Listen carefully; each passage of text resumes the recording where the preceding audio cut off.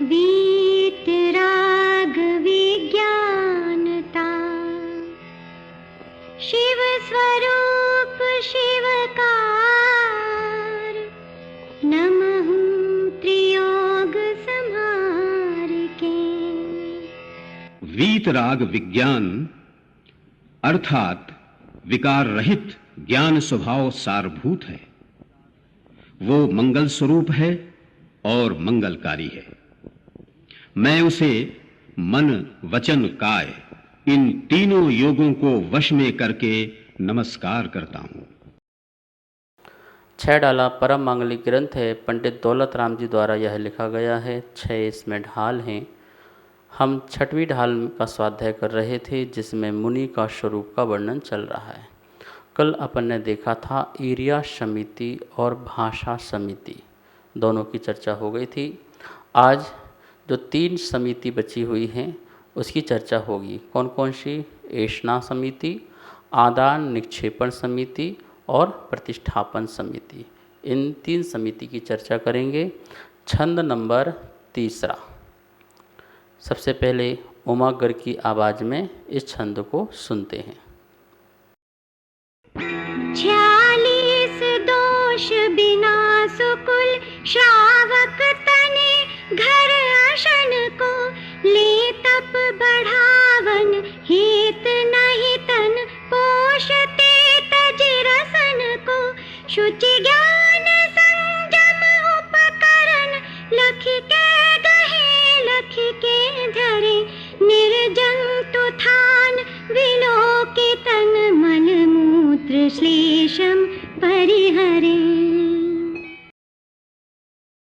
इस प्रकार आपने छंद सुना और इस छंद के माध्यम से बता रहे हैं 3 समिति का वर्णन। क्या है छंद में? 46 दोष बिना सुकुल श्रावक तनि, घर असन को ले तप बढ़ावन, हेतु नहीं तन पोषते तजि रसन को, शुचि ज्ञान संयम उपकरण, लख के कहें लख के धरे, निर्जंतु थाने विलोकितन, मल मूत्र श्लेष में परिहरे। एक एक शब्द का अर्थ देखिए। 46 मतलब 46 की संख्या हो गई। 46 दोष, जो भी अतिचार हैं, प्रमाद हैं, दोष हैं, बिना रहित, सुकुल उत्तम कुल वाले, श्रावक तने श्रावक के घर,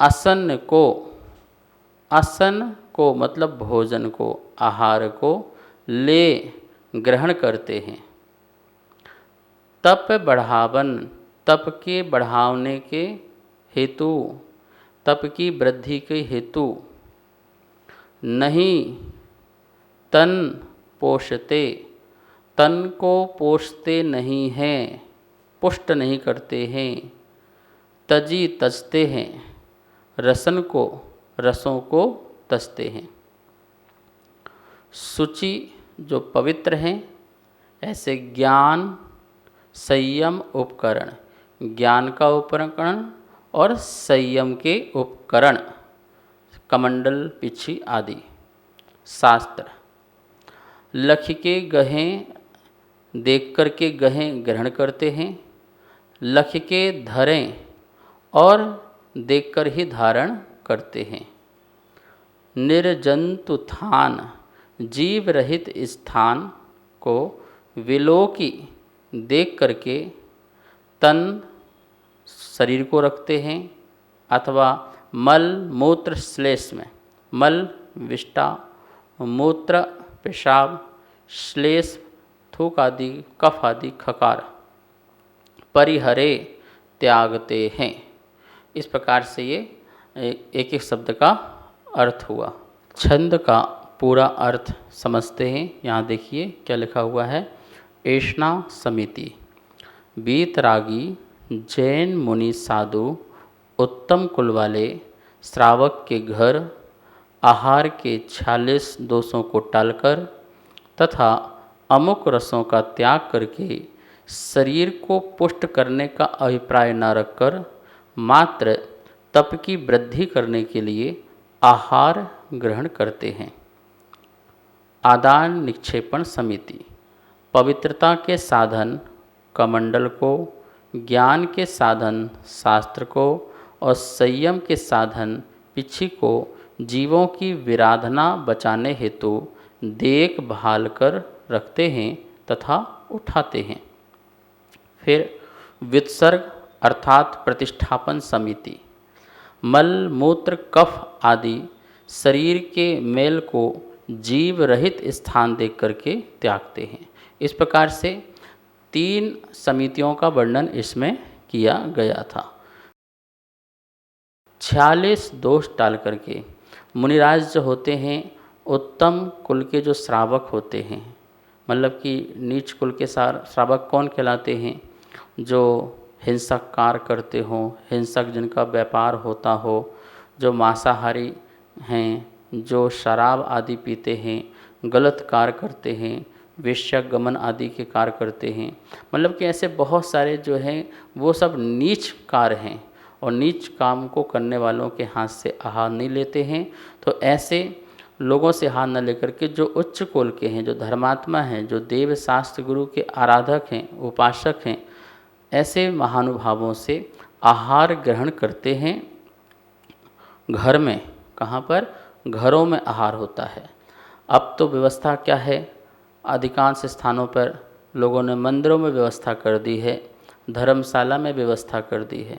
उनकी एक अपनी मजबूरी है कि घर जो हैं छोटे छोटे से हो गए, वहाँ हमारे पास शुद्धि का साधन नहीं है और जो है साधु को खड़ा करने का स्थान नहीं है, इसलिए लोग अपना सामान ला करके मंदिर में जहाँ व्यवस्था बनाई है वहाँ पर करते हैं। ठीक है, आप कर सकते हैं, लेकिन वह जो आहार है आपका होना चाहिए, मतलब आप उसके स्वामी होना चाहिए, समाज का चौका नहीं होना चाहिए। समाज का चौका मतलब क्या कि जो गुल्लक आदि में दान आ रहा है उससे आप आहार लगा दें, ऐसा नहीं, सामूहिक नहीं होता, स्वामी होना चाहिए। तो वहाँ लगे, वहाँ व्यवस्था बने, कोई दिक्कत नहीं है। साधुओं के पास भी दूर दूर से लोग आते हैं और चौका लगा के जाते हैं, तो व्यवस्थाएं होती हैं। यहाँ कह रहे हैं घर में, आप अपने घर में ही जो आपके घर में अच्छा स्थान हो, शुद्ध हो, क्षेत्र शुद्ध हो, वहाँ पर आसन शुद्ध प्राशुक मुनिराज के लिए आहार लगाएं। पर कैसे लगाना है? 46 दोषों को टालकर ही आहार लगाना है। यहाँ पर मुनिराजों को बताया है कि जो मुनिराज होते हैं आहार ग्रहण करते हैं, तो आहार किस लिए ग्रहण करते हैं? क्या अपने शरीर को हष्ट पुष्ट करने के लिए, बलवान बनाने के लिए, बहुत बढ़िया मैं दिखूं इसके लिए, बहुत ताकत मेरे अंदर हो इसलिए? बोले नहीं, तप बढ़ावन उनका जो कारण है, हेतु है, निमित्त है अपना तप बढ़ाने का। वो ऐसा भोजन ग्रहण करते हैं, वो अपने शरीर को सौंदर्य करने के लिए, अच्छा दिखने के लिए इसलिए भोजन नहीं करते हैं। हमारे तप की वृद्धि हो, त्याग तपस्या बढ़े, संयम बढ़े, सामायिक बढ़े, साधना बढ़े, कायोत्सर्ग बढ़े, इस भाव से आहार ग्रहण करते हैं। और कैसे करते हैं? तजी रसन को, रसों को तसते रहते हैं। आप तो बनाते हो अपने अनुसार, लेकिन मुनिराज क्या करते हैं? आज इस रस का त्याग करके आ जाएंगे, उस रस का त्याग करके आ जाएंगे। परमानेंट रस का त्याग नहीं करते हैं। परमानेंट रस का त्याग कर दिया तो श्रावक तो फिर उसी के अनुसार ही बनाएगा, लेकिन वो चौके में जाकर ही त्याग करते हैं कि आज इस चीज़ का त्याग है। तब असली परीक्षा हमारी भी होती है और श्रावक की भी, ठीक है ना। असली परीक्षा तो हमारी इसलिए हुई क्योंकि हमारे द्वारा आसक्ति कम हुई, जो बना अब उसको ग्रहण करना है। मुनिराज के सामने जो है किसी प्रकार का गैस चूल्हा या अग्नि आदि का उपयोग नहीं करते हैं। उस समय कोई आरंभ सारंभ नहीं होता है।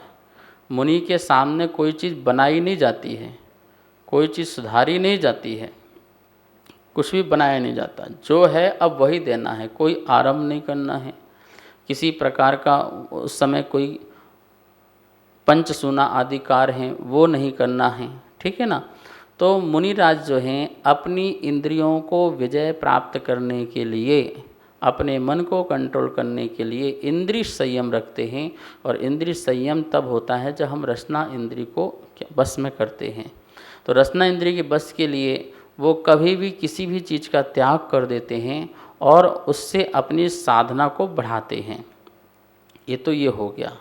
फिर कहा है कि छंद में आदान निक्षेपण समिति की जो बात आई इसमें छंद में, कि वो जब भी उठते हैं, जब भी बैठते हैं तो पिच्छी का मार्जन करके ही करते हैं, वहाँ कोई जीव की हिंसा ना हो। इसी प्रकार से जो शुचि पवित्रता का उपकरण है कमंडल, ज्ञान का उपकरण है शास्त्र और संयम का उपकरण है पिच्छी, ये तीनों उपकरणों को लख के गहें लख के धरें, देखकर ही उसे ग्रहण करते हैं और देखकर ही उसको धरते हैं, उठाते हैं, रखते हैं, वो देख करके ही। और अपने तन को, अपने शरीर को भी वहीं पर रखते हैं, अथवा पैर रखना है या बैठना है जहाँ पर निर्जंतु, किसी प्रकार के जंतु ना हो, जीव जंतु ना हो, विलोक मतलब देख करके ही वो अपने शरीर को रखते हैं।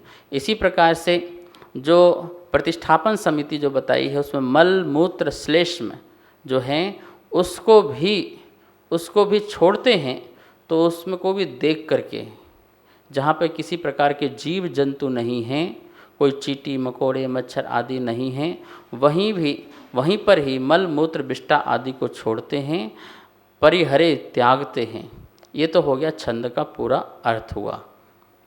अब इसमें जो बात आई है कि ऐषणा समिति के बारे में 46 दोष टाल करके, तो पहले अपन समझते हैं। यहाँ लिखा है ऐषणा समिति, बीतरागी जैन मुनि साधु उत्तम कुल वाले श्रावक के घर आहार के 46 दोषों को टालकर तथा अमुक रसों का त्याग करके शरीर को पुष्ट करने का अभिप्राय न रखकर मात्र तप की वृद्धि करने के लिए आहार ग्रहण करते हैं। ये ऐषणा समिति।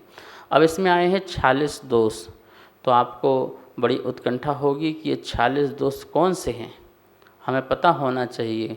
तो 46 दोष सारे आपके नहीं हैं, ठीक है ना, सारे दोष आपके नहीं हैं।